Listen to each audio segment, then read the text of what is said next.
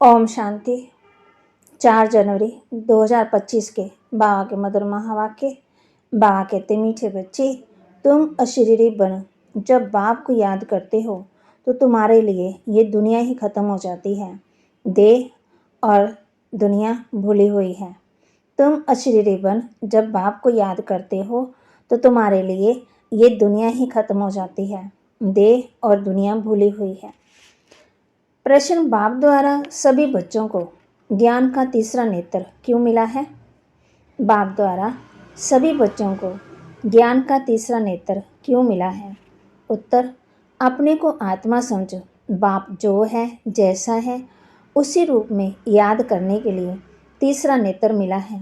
परंतु ये तीसरा नेत्र काम तब करता है जब पूरा योग युक्त रहे, अर्थात एक बाप से सच्ची प्रीत हो, किसी के नाम रूप में लटके हुए ना हो।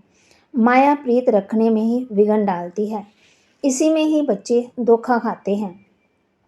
गीत, मरना तेरी गली में, जीना तेरी गली में। ओम शांति। सिवाय तुम ब्राह्मण बच्चों के इस गीत का अर्थ कोई समझ न सके। जैसे वेद शास्त्र आदि बनाए हैं, परंतु जो कुछ पढ़ते हैं उसका अर्थ नहीं समझ सकते। इसलिए बाप कहते हैं, मैं ब्रह्मा मुख द्वारा सब वेदों शास्त्रों का सार समझाता हूँ। वैसे ही इन गीतों का अर्थ भी कोई समझ नहीं सकते। बाप ही इनका अर्थ बताते हैं। आत्मा जब शरीर से न्यारी हो जाती है तो दुनिया से सारा संबंध टूट जाता है। गीत भी कहता है, अपने को आत्मा समझ, अशरीरी बन, बाप को याद करो तो ये दुनिया खत्म हो जाती है। ये शरीर इस पृथ्वी पर आत्मा इनसे निकल जाती तो फिर उस समय उनके लिए मनुष्य सृष्टि है ही नहीं। आत्मा अकेली आई और अकेली जाएगी। फिर जब शरीर में आती है तो पाठ शुरू होता है। फिर एक शरीर छोड़ दूसरे में जाकर प्रवेश करती है। वापस तो जाना नहीं, उड़कर दूसरे शरीर में जाती। यहाँ इस आकाश तत्व में भी उनका पाठ बजाना है, मूल वतन में नहीं जाना है। जब तक शरीर छोड़ते हैं तो ना ये कर्म बंधन ना वह कर्म बंधन रहता, शरीर से अलग हो जाते हैं। फिर दूसरा शरीर लेते हो तो वह कर्म बंधन शुरू होता है। ये बातें सिवाय तुम्हारे और कोई मनुष्य नहीं जानते। बाप ने समझाया है, सब बिल्कुल ही बेसमझ है, परंतु ऐसे कोई समझते थोड़ी हैं। अपने को कितना अक्लमंद समझते हैं, पीस प्राइज देते रहते हैं। ये भी तुम ब्राह्मण कुलभूषण अच्छी रीति समझा सकते हो। वह तो जानते ही नहीं कि पीस किसको कहा जाता है। कोई तो महात्मा के पास जाते हैं कि मन की शांति कैसे हो। ये तो कहते हैं वर्ल्ड में शांति कैसे हो। ऐसे नहीं कहेंगे कि निराकारी दुनिया में शांति कैसे हो। वह तो है ही शांति धाम। हम आत्माएं शांति धाम में रहती हैं, परंतु ये तो मन की शांति कहते हैं। वह जानते ही नहीं कि शांति कैसे मिलेगी। शांति धाम तो अपना घर है, यहाँ शांति कैसे मिल सकती है? हाँ, सतयुग में सुख शांति संपत्ति सब है, जिसकी स्थापना बाप करते हैं। यहाँ तो कितनी अशांति है। ये सब अब तुम बच्चे ही समझते हो। सुख शांति संपत्ति भारत में ही थी, वह वर्षा था बाप का, और दुख अशांति कंगालपना ये वर्षा है रावण का। ये सब बातें बेहद का बाप बैठ बच्चों को समझाते हैं। बाप परम धाम में रहने वाला नॉलेजफुल है, जो सुख धाम का हमको माल वर्षा देते हैं। वह हम आत्मा को समझाते हैं। ये तो जानते हो नॉलेज होती है आत्मा में, उनको ही ज्ञान का सागर कहा जाता है। वे ज्ञान का सागर इस शरीर द्वारा वर्ल्ड की हिस्ट्री जोग्राफी समझाते हैं। वर्ल्ड की आयु तो होनी चाहिए ना। वर्ल्ड तो है ही, सिर्फ नई दुनिया और पुरानी दुनिया कहा जाता है। ये भी मनुष्यों को पता ही नहीं। न्यू वर्ल्ड और पुरानी वर्ल्ड होने में कितना समय लगता है तुम बच्चे जानते हो। कलयुग के बाद सतयुग जरूर आना है, इसलिए कलयुग और सतयुग के संगम पर बाप को आना पड़ता है। ये भी तुम जानते हो। परमपिता परमात्मा ब्रह्मा द्वारा नई दुनिया की स्थापना शंकर द्वारा विनाश कराते हैं। त्रिमूर्ति का अर्थ ये है स्थापना, विनाश, पालना। ये तो कॉमन बात है। परंतु ये बातें तुम बच्चे भूल जाते हो। ये नहीं तो तुमको खुशी बहुत रहे, निरंतर याद रहनी चाहिए। बाबा हमको अब नई दुनिया के लिए लायक बना रहे हैं। तुम भारतवासी ही लायक बनते हो, और कोई नहीं। हाँ, जो और धर्मों में कन्वर्ट हो गए हैं वे आ सकते हैं, फिर इसमें कन्वर्ट हो जाएंगे जैसे उसमें हुए थे। ये सारी नॉलेज तुम्हारी बुद्धि में है। मनुष्यों को समझाना है ये पुरानी दुनिया अब बदलनी है। महाभारत लड़ाई भी जरूर लगनी है। इस समय ही बाबा आकर के राजयोग सिखलाते हैं। जो राजयोग सीखते हैं वह नई दुनिया में चले जाएंगे। तुम सबको समझा सकते हो कि ऊंच ऊंच भगवान, फिर ब्रह्मा विष्णु शंकर, फिर आओ यहाँ। मुख्य है जगत अम्बा, जगत पिता। बाप आते ही यहाँ हैं ब्रह्मा के तन में। प्रजापिता ब्रह्मा तो यहाँ है ना। ब्रह्मा द्वारा स्थापना सूक्ष्म अवतार में तो नहीं होगी ना, यहाँ ही होती है। ये राजयोग सीख फिर विष्णु के दो रूप बनते। वर्ल्ड की हिस्ट्री ज्योग्राफी समझनी चाहिए ना। मनुष्य समझेंगे, वर्ल्ड का मालिक ही वर्ल्ड की हिस्ट्री ज्योग्राफी समझा सकते हैं। ये नॉलेजफुल जन्म रहित है। ये नॉलेज किसकी बुद्धि में नहीं है। परखने की बुद्धि चाहिए ना। कुछ बुद्धि में बैठता है या ऐसे ही है, नब्ज देखनी चाहिए। बाप कहते हैं जैसे एक वैद्य था, कहते हैं देखने से उनको बीमारी का पता पड़ जाता था। अब तुम बच्चों को भी समझना चाहिए कि ये लायक है या नहीं है। बाप ने बच्चों को ज्ञान का तीसरा नेत्र दिया है, जिससे तुम अपने को आत्मा समझ। बाप जो है जैसा है उसको उसी रूप में याद करते हैं, परंतु ऐसी बुद्धि उनकी होगी जो पूरा योग युक्त होंगे, जिनकी बाप से प्रीत बुद्धि होगी। सब तो नहीं होंगी, एक दो के नाम लूँ में लटक पड़ते हैं। बाप कहते हैं प्रीत तो मेरे साथ लगाओ। माया ऐसी है जो प्रीत रखने नहीं देती। माया भी देखती है, हमारा गाहक है जो एकदम नाक कान से पकड़ लेती है। फिर जब धोखा खाते हैं तब समझते हैं माया से धोखा खाया। माया जी जगत जीत बन नहीं सकेंगे, ऊंच पद भी पा नहीं सकेंगे, इसमें ही मेहनत है। श्रीमत कहती है माँ में कब याद करो तो तुम्हारी जो पति बुद्धि है वह पावन बन जाएंगी। परंतु कईयों को बड़ा मुश्किल लगता है। इसमें सब्जेक्ट एक ही है, अलफ और बे, बस दो अक्षर भी याद नहीं कर सकते। बाबा कहे अलफ को याद करो तो फिर अपनी देह को, दूसरे की देह को याद करते रहते हैं। बाबा कहते हैं देह को देखते हुए तो मुझे याद करो। आत्मा को अब तीसरा नेत्र मिला है, मुझे देखने समझने का, उसमें काम लो। तुम बच्चे अभी त्रिनेत्री त्रिकालदर्शी बनते हो, परंतु त्रिकालदर्शी भी नंबरवार। नॉलेज धारण करना कोई मुश्किल नहीं है, बहुत ही अच्छा समझते हैं, परंतु योग बल कम है। देही अभिमानी पना बहुत कम है।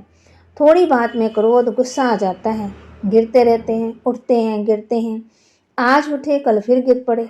देह अभिमान मुख्य है, फिर विकार लोभ मोह आदि में फंस पड़ते। देह में भी मोह रहता है, माताओं में भी मोह ज़्यादा होता है। अब बाप उनसे छुड़ाते हैं, तुमको बेहद का बाप मिला है, फिर मोह क्यों रखते हो।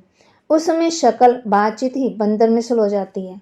बाप कहते हैं नष्टो मोहा बन जाओ, निरंतर मुझे याद करो। पापों का बोझ सिर पर बहुत है, वह कैसे उतरेगा। परंतु माया ऐसी है, याद करने नहीं देती, बल कितना भी माथा मारो घड़ी घड़ी बुद्धि को उड़ा देती है। कितनी कोशिश करते हैं हम मोस्ट ब्लेड बाबा की महिमा करते रहें, बाबा बस आपके पास आए आए आए कि आए, परंतु फिर भूल जाते हैं, बुद्धि और तरफ चली जाती है। ये नंबर 1 जाने वाला भी पुरुषार्थी है ना।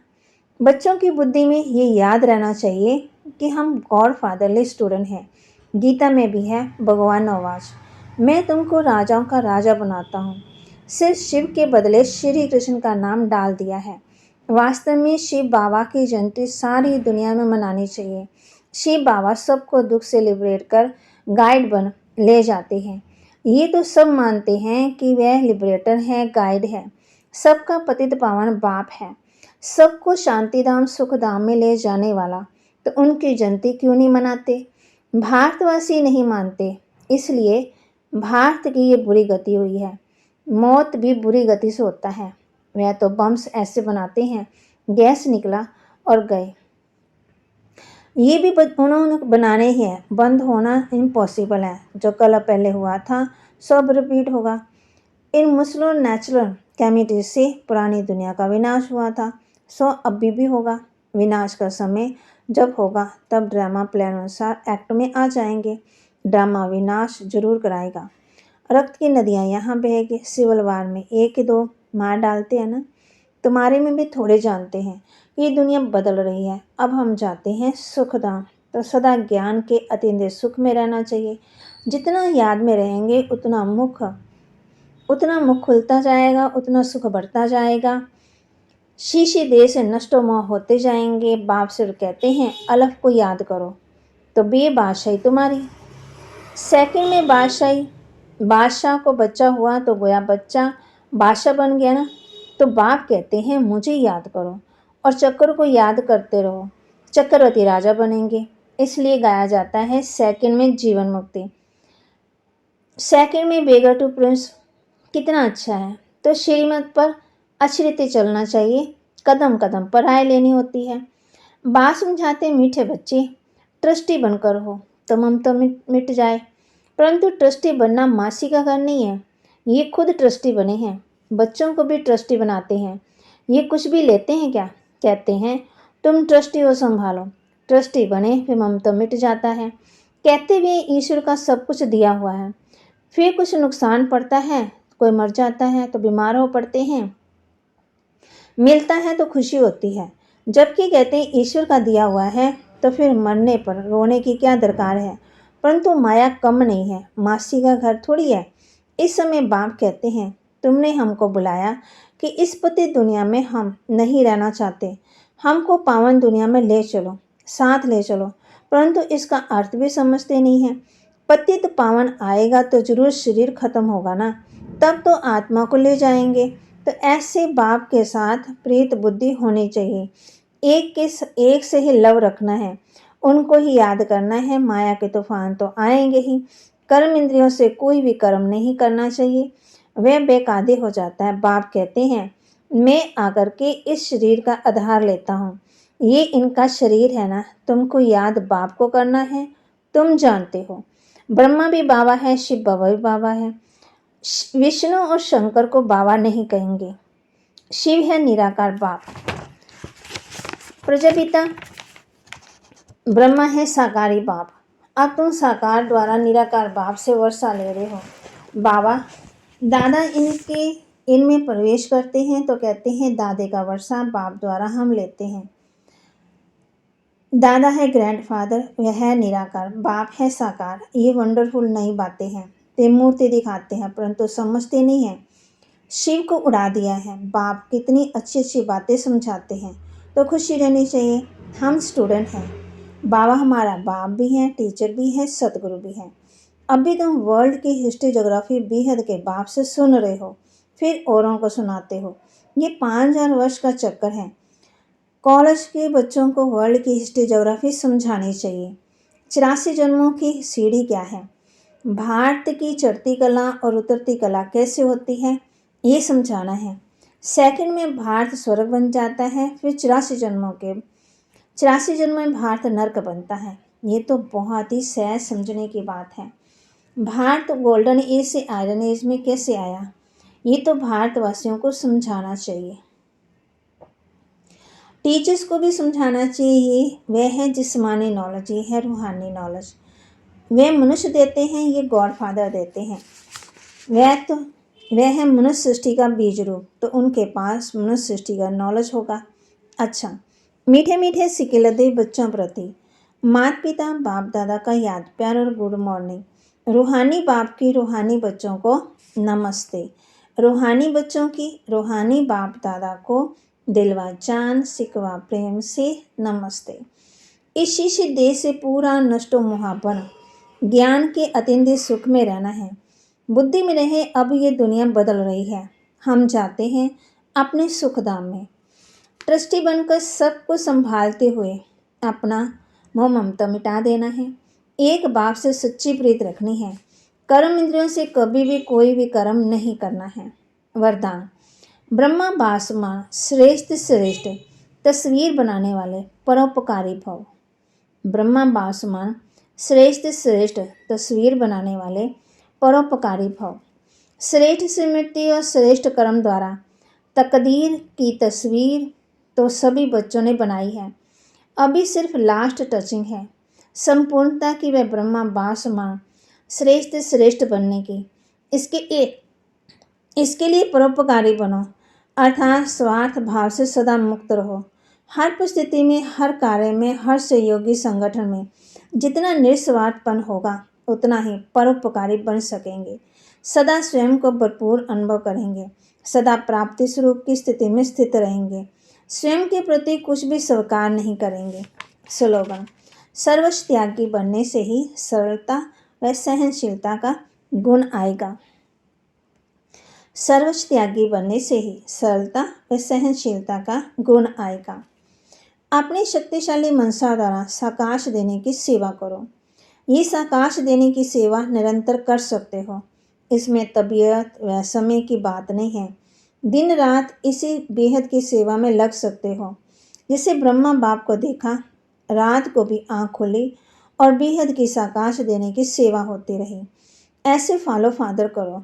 जब आप बच्चे बेहद को साकाश देंगे तो नज़दीक वाले ऑटोमेटिकली साकाश लेते रहेंगे। इस बेहद की साकाश देने से वायुमंडल ऑटोमेटिकली बनेगा। तो बाबा ने आज हम बच्चों को होमवर्क दिया है, जब भी आँख खुले, जब भी आप फ्री हों तो बेहद की साकाश देने की सेवा करनी है। जब आप बच्चे बेहद को साकाश देंगे तो नज़दीक वाले ऑटोमेटिकली साकाश लेते रहेंगे। इस बेहद के साकाश देने से वायुमंडल ऑटोमेटिकली बनेगा। तो बाबा के महावाक्य को लाइक करें, शेयर करें और सब्सक्राइब करें और अपने जीवन में धारण करें। ओम शांति।